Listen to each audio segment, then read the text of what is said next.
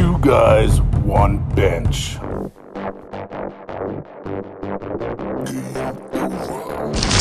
Choices and consequences.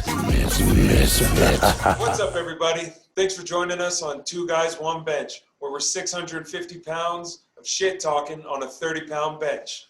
And we're talking way more shit than Alex Jones on a pre-election cocaine-fueled booze bender. And that's a lot of shit.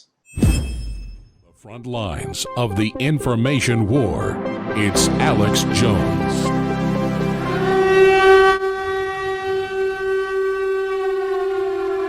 From deep in the heart of Texas, the U.S. resistance against a global corporate combine, empowered and funded by Communist China, allied with the big mega banks that set up Communist China in 1949.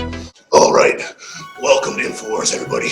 This is your host, Alex Jones, and I just got off a fucking 2-week pre-election cocaine bender. And let me tell you what, the fucking reptilian creatures are now destined to take over the world. If you don't vote for Donald Trump tomorrow or the next day, you are going to be in big trouble. Joe Biden is a goddamn interdimensional pedophile, and his son Hunter is sleeping with children that are 5 years old and a little bit older. Now, if you don't vote, what am I going to do? The front lines of the information war. War smelling salts. Bottle sanity. All right, everybody. I want to give a shout out to our sponsor, Ward Smelling Salts. They just sent us another package of the Asylum canister, lifetime warranty, with refill packs. So yeah, these are an amazing product. A, because, well, they're going to last you longer than most smelling salts. And B, well, you're doing the world a favor by, using a bottle that's reusable. Obviously, that's going to be better in the long run than a bunch of shitty containers floating around the ocean killing turtles. And breaking small capsules that only last 30 seconds when this is going to last you a lifetime. Salts just make sure that head is cleared and ready to go. The leaves also make it a part of game day rituals. It looks painful, but a quick sniff of smelling salt is supposed to give them a jolt. So, not too many people know, but not only in powerlifting, but smelling salts are used in many sports. Coincidentally, hockey, the biggest sport in Canada. What do you see often littered in the benches, Dorrell? Just those tiny little tablet capsules. All people are doing what you don't realize. Beginning of a game, when you see the bench, you got guys going like this. They're just breaking a little capsule, smelling salts, and they're passing it to each other. Yeah. Instead of have something that works for 10 seconds, you could have something that's going to last you a lot longer and is more dependable. Because let's be real, you're going to play more than one game in your life, so you might as well have that in your bag with you. Exactly. And we all know, don't be a one-pump chump. Have a canister that lasts long and gives pleasure for many games. War smelling salts. Bottle sanity. Special guest, UFC fighter Kevin Croom, the hard-hitting hillbilly.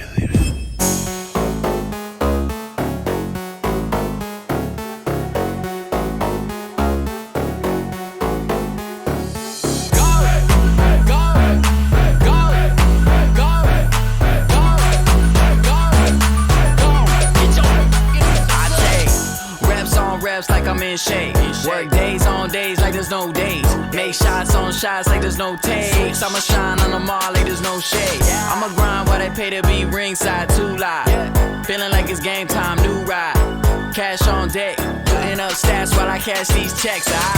Game time. Game time. All right, everybody. We just got off the phone with the rising UFC star and phenom who came off the performance of his life, Kevin Croom. Welcome to Fight Club. The first rule of Fight Club is you do not talk about Fight Club. The second rule of Fight Club is you do not talk about Fight Club. I'm warning you.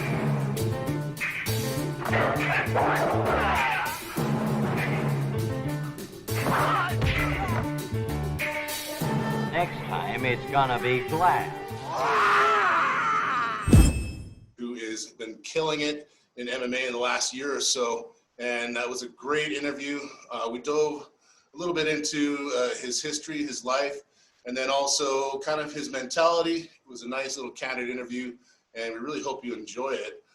Dorrell, what do you think about that? It was a great interview, just hearing from someone at the top level and everything he's had to go through and his mental approach and mindset and how he tackles everything and how he got to where he is now. Exactly. I mean, what's amazing about this story is I met Kevin roughly 11 years ago, August 2009, at Jackson's MMA in Albuquerque, New Mexico. I was there with my sensei, Ryuta Sakurai. And we were there training with killers from the UFC, you know, Johnny Bones Jones, Rashad Evans, Keith Jardine, John Dotson, all these killers that were coming out of there. And there pops up this kid, Kevin Croom. He was 21 at the time. You know, nice little good-looking kid. Had a beaver cut going on, and but I just remember we talked about just seeing him swinging in practice and going, this kid has some talent, you know. And so it's really awesome to see that, you know, I followed him, kept in touch with him over the years. He didn't give up. He kept on swinging. You know, he tried various things, even pro boxing. He's been through a lot of shit. And, you know, as he says in the story, he always has this this kind of sense of self-loathing or unsatisfied feeling, insatiable thirst just to be better. And Dorrell and I know this well. And, you know, it's kind of what pushes us to kill it every day at the gym. And, you know, I also love that he talked about his inner bitch. You know, he never listens to his inner bitch. A little bitch that says, oh, I'm injured, I have a little whambo. Who the fuck cares? You know what? Get out there and practice, train your ass off. Yeah, So your excuses don't give a fuck about your goals. And that's what he explained to us. Like, honestly, if you need motivation, you probably are in the wrong sport.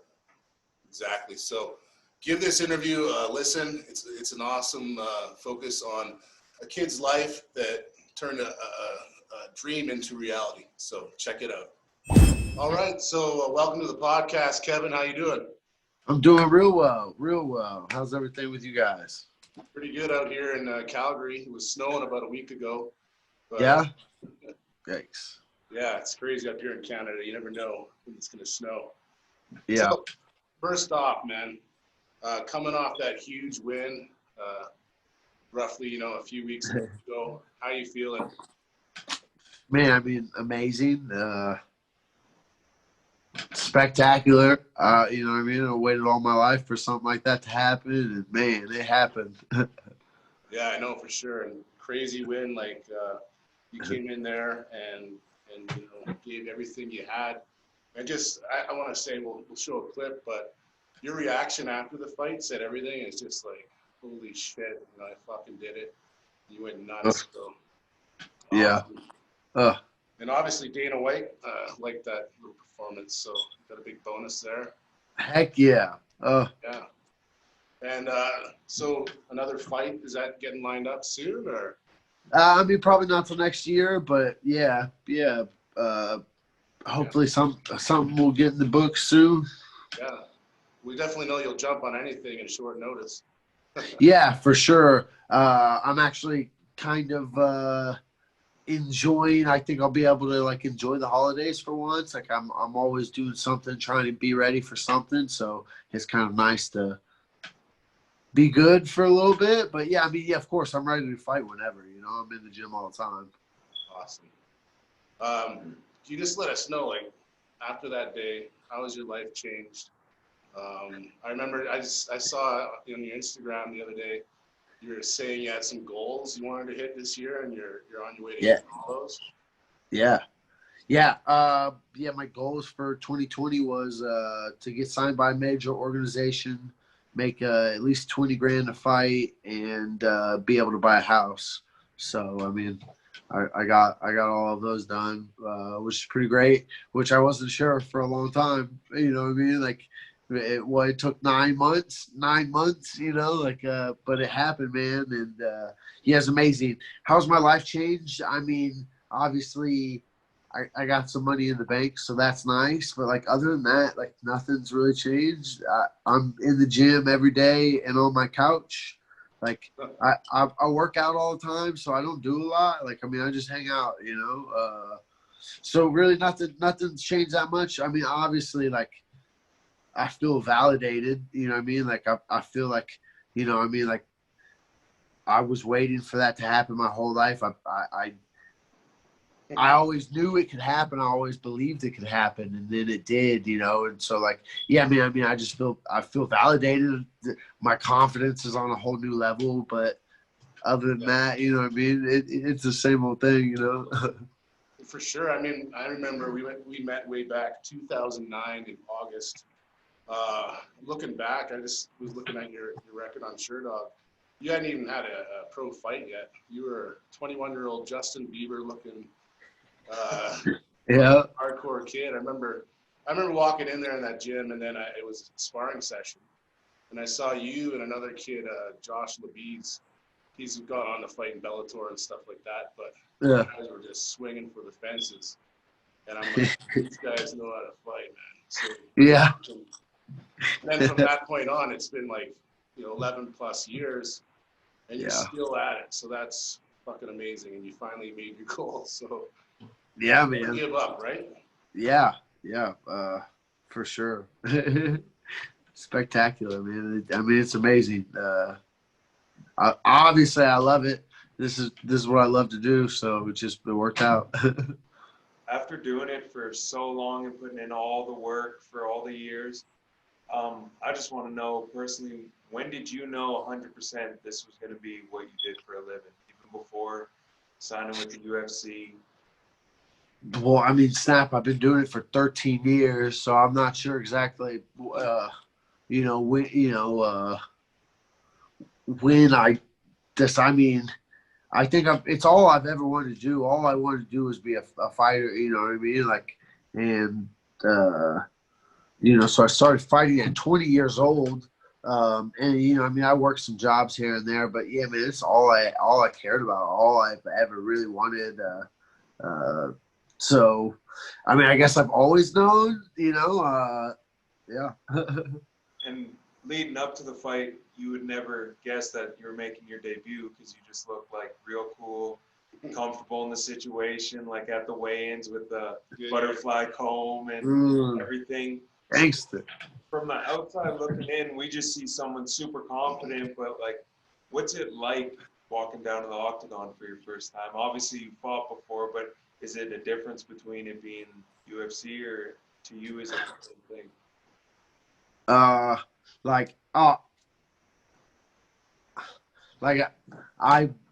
want to kind of say like I felt like I've been there before. You know what I mean? Like I mean I've seen it. Like I've seen it all. Like I don't mean I guess I had been in the Apex before. I cornered one of my buddies in June, and so like I don't know. I mean I guess I was just kind of more. I've been there. I don't know. I've dreamed of this forever. Like I just always just really wanted to soak it up and be able to remember it. I've seen so many people just like run out and then just like it's all an afterthought. And like I've waited forever to be here. So I just wanted to soak up all of it, and yeah, I don't know. When I saw you announce this fight, I just kind of knew I had this itch that I knew you were going to smash this dude just because people don't realize it. Like when I met you 2009, I was at Jackson's MMA. We were in there training with guys. John Jones just got there the same week I got there with Sakurai. Yeah. Not like you've been training with bums, man. You've been training with the guys that are fighting in the UFC the whole time. Right. Yeah. Now it's your time to shine. So I think that's why you don't have any nerves. You're just like. Yeah. For sure. Like, I mean, it was. I don't know. Like, it was just meant to be. Like, I mean, I know that sounds like cheesy and corny, but like leading up to it, like the weeks before, like it almost felt like even before I was signed, like I just like felt like I had such purpose. Like I knew something big was about to happen, and like I fucking knew it. And I had no idea when or how or what. It's just like I like felt like just something was gonna happen. I felt like nothing could happen to me. Like, you know, like I don't know. Yeah, man, I just felt like nothing could go wrong. And you know, I guess it didn't. Yeah, I mean, going more into depth about, like, I know you jumped around to a few gyms over the years. Yeah. And I know you and Rand were hanging back in the day, and then hopefully he's doing awesome. But yeah, he's pretty good, man. Actually, all things considered. But to me, it seems like you finally found a home where you are right now at Glory MMA. Yeah. Your head coach, James Krause. He's the man. And you're taking a page out of his book. He just took a last-minute fight, too. Yeah. Smashed a dude that had a 14-fight winning streak. So, right. Yeah. Is that, like, do you kind of feel that going to that gym has just changed your whole perspective, or? Yeah, most definitely. I needed the change up for sure. I mean, it was just really good. I don't know, James has really created something special here. It's the best team environment that I've ever been a part of. Best team environment I've ever seen. It's really cool. Everybody really cares about each other and wants everybody to do well. I mean, yeah, man, it's great. James is obviously a savage. It's really nice to see somebody teaching stuff and then using it at the highest level. You know what I mean? So, you know, that's great. It's nice to have somebody in there working with you. You know, like, you know what I mean? He's in there training with us. Like, it's I see what he's doing working, so it's just easy to follow. You know, it's easy to follow, easy to listen. So, yeah, man, I'm really excited about being a part of Glory. It's great. It's only getting better, and definitely really starting to make a name for itself, and we're not going to stop, man. We're going to take over for sure. Yes, so being someone who's been in it for, like you said, over a decade and grinding, putting in the work, just want to know kind of how important do you think accountability is in becoming a high-level athlete like yourself? I mean, I would say you probably can't become one without being accountable. I mean, at least to yourself, you know, like I always have inner voice telling me I'm a bitch if I don't go to practice. If I, you know what I mean, like always. So I mean that's being keeping myself accountable, and then and I mean that's what I think. Obviously you want to be accountable to your coaches and stuff, but like, I mean, I don't think anybody should be pushing you. I think you need to push yourself. Like, and I don't know if like most people can get to the high level if they don't have that just kind of insane, kind of psychotic, unfortunately, something a little bit wrong with you that you're never happy. Like I'm never okay. You know what I mean? Like, yeah, I am happy sometimes, but like, I mean, I always want more. I always want to get better. Like I'm never satisfied, you know? So, I mean, yeah, I think you just have to be a little bit of a psycho and willing to give everything you have. Yeah, definitely. I know you have that in you. Dorrell and I, we're powerlifters. That's kind of the next sport I jumped into. And Dorrell's a freak as well. And just do something. Really, you guys are so small. It's crazy. It's nuts. It's funny. I was thinking, like, when I met you, I was about 240, 250, and now I'm 360. And yeah, ate John Dotson, and he's inside me right now. Yeah, you're right. Yeah, I was looking back at those pictures. It's awesome. I was chucking him around and then chucking him around. Yeah, throwing us through the air. That was awesome. So I thought I was big back then, but no. You're fucking huge now. So, definitely, I want to ask you a very important question. Just how fucking crazy is Charles Felony Bennett? Man. Well, the artist formerly known as Crazy Horse Bennett. Crazy Horse. Yeah, man. I mean, absolutely nuts. Like, I couldn't have asked for like any more, like it to be any better. Like he was a psycho the whole time. Like just being really weird. like just being so weird. Like he was like weighing in, and he's like standing. I swear he's got like 3 pairs of shorts on. He's got like boxers, basketball shorts, and then like sweat shorts, and like all these other things on, and like socks up to his knees, and like he's standing on the scale, and the commissioner's like, all right, you're like 2 pounds over or something like that. And he just stands on the scale and looks at the commissioner. What if I take my socks off?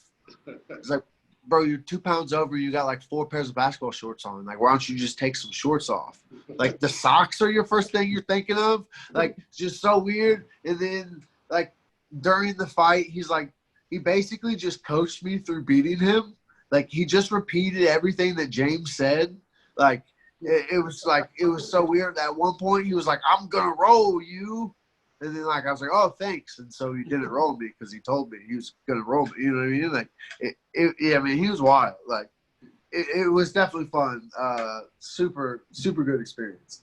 Yeah. I mean, even though if you look at his record, he's been kind of off. He was always known as this guy that could fucking knock you out at any second, right? Shit, man, he's still a legend for sure. Legend, and you know, for those that don't know, he was fighting guys backstage at Pride, and just an animal. I'm just wondering, back to your whole career, you said with being in Glory, everything's changed, and it's been a big influence on you, and obviously, career's really taken off. Who are some of the biggest influences in your life and throughout your career? Oh, man. Through my life and throughout my career. I mean, I don't know. Obviously, me and my dad have a really good relationship. I listen to a lot of stuff he says. Coach Luttrell, obviously, has helped me so much. Chris Luttrell, he's the man. James and man Grant Dawson. I think my career, like, I mean, I was always pretty good, but I think when I started training with him, I just got leaps and bounds better. The kid's an animal. Yeah, I mean, I can't say enough good things about that guy. Man, he's amazing, and I believe he'll definitely be a champion in about a year or so, man. I mean, he's a savage. Nice. Yeah, he looks super jacked, too. He's an animal. Yeah, he is. He's a beast. I just recently saw that perhaps you might be doing some strength and conditioning now. I am, yeah. I've started recently. Yeah? Yeah. How's that going? I mean, pretty good, I suppose. I'm sore a lot, you know. I mean, I just did like construction before, so I mean, I worked hard all the time. So I mean, I got like construction strength, but you know, now I'm doing squats and shit, you know. What's an everyday, like I guess a day of the week look like to you? Like what's a normal day to you? Yeah. I mean, it depends. You know, like two or three training sessions, and man, chilling on the couch. Honestly, if I'm not at the gym, I'm probably just at home hanging out. For real. Yeah, that's pretty much what I remember. It was, you know, morning session, go to sleep, eat lunch, maybe sleep again, and then back to practice. Yeah, And man. you're basically a machine. It's the grind. Awesome, man. So do you have any advice you'd like to give for any athletes coming up trying to pursue a career in MMA? I mean, I have a kid that's like, I want to be an MMA fighter. I'm like, well, it's not that easy, you know. All right, well, go to school. Go to school. Get another job. This shit, you know, I think that's my advice for everybody who asks. Because if you're meant to be a fighter, you're not going to fucking listen to what I say anyway. You know what I mean? Like, you're just going to fight. So, you know, maybe it'll discourage the ones who don't. No, man, just fucking work hard. I don't know, like, find a good gym, find people who know what they're doing and listen to them and show up every day. You know, that's how you have to do it. This sport evolves so much. Every weekend there's fights, and every weekend something changes. And so, you just have to be in there every day. If you want to get better, you want to take this seriously and listen to people who know what they're talking about. And I didn't do most of those for a lot of my career. So, listen to my mistakes. Awesome. So I guess we touched on a bit in the beginning, but what's kind of the next thing for you? Obviously, you said not a fight till next year, but obviously you'd want more than just a short notice for a fight. Like what month, I guess, you'd be looking at, or weight class? I'd like to fight in January. I don't know. Who knows? Who knows how it's all going to go?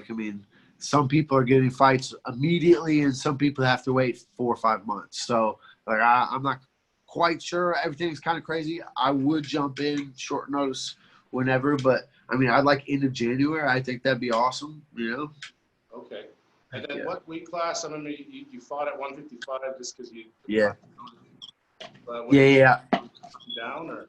Yeah, I'm gonna fight at 45. That's what I've been fighting at for the last few years. I just did 55 to get in and on short notice. And not that I wouldn't do that again. I would. Depending on the right fight. It just kind of depends. But yeah, 45 is kind of where I'd like to stay for the meantime. And yeah. Awesome, man. Any last words for anybody listening? Want to give a shout out? Shoot, man, just give me a follow on Instagram and Twitter, Kevin Croom _UFC. And yeah, man, I appreciate the support, everybody. Thanks. Awesome. Thanks for the interview, Kevin. Heck yeah, man. I appreciate you guys. Yeah, brother. Thanks. Awesome, man. Have a good one. Nihongo no Benkyo. Let's study Japanese. All right, everybody. So, new segment of the podcast. Some of you may not know, I am a teacher. I was an English teacher in Japan 11 years. I speak Japanese fluently. And I just miss doing that. And I have a lovely subject here, Dorrell. Dorrell, remember that time we went out for sushi? What'd you think? Well, I'm not gonna lie, it's a little intimidating when 3/4 of the table speaking Japanese and I'm just sitting there staring at my phone acting like I've got messages that I don't, because you're left out of the conversation. All right, so we're gonna do a Japanese lesson of the week, okay? Okay, Dorrell, repeat after me. Kokujin. Kokujin? Not Kokojin. Kokujin. Kokujin. Good. Kokujin. All right, repeat after me now. No chimpo. Repeat. No chimpo. Good. No chimpo. No chimpo. Good. Awesome. All right, this is just to piece the words together. Ga. Ga. Ga. Oki desu.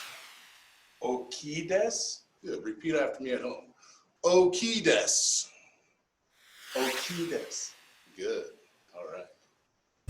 Okay, guys. We're going to put it all together. Repeat after me.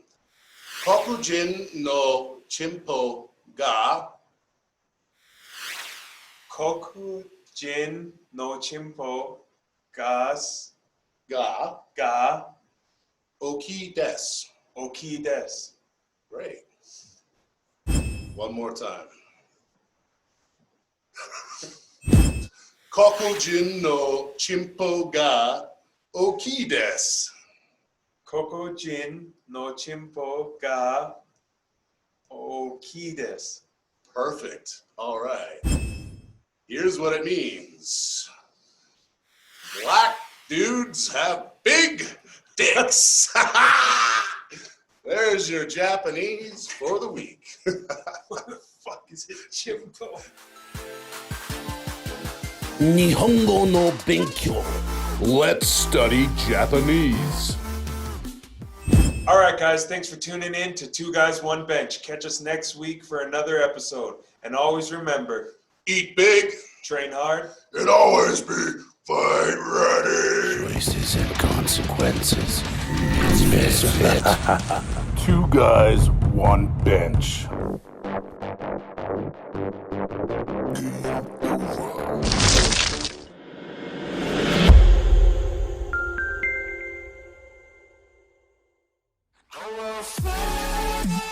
MUTEKI Strong Mindset with host Russell Peel. Home Gyms YYC.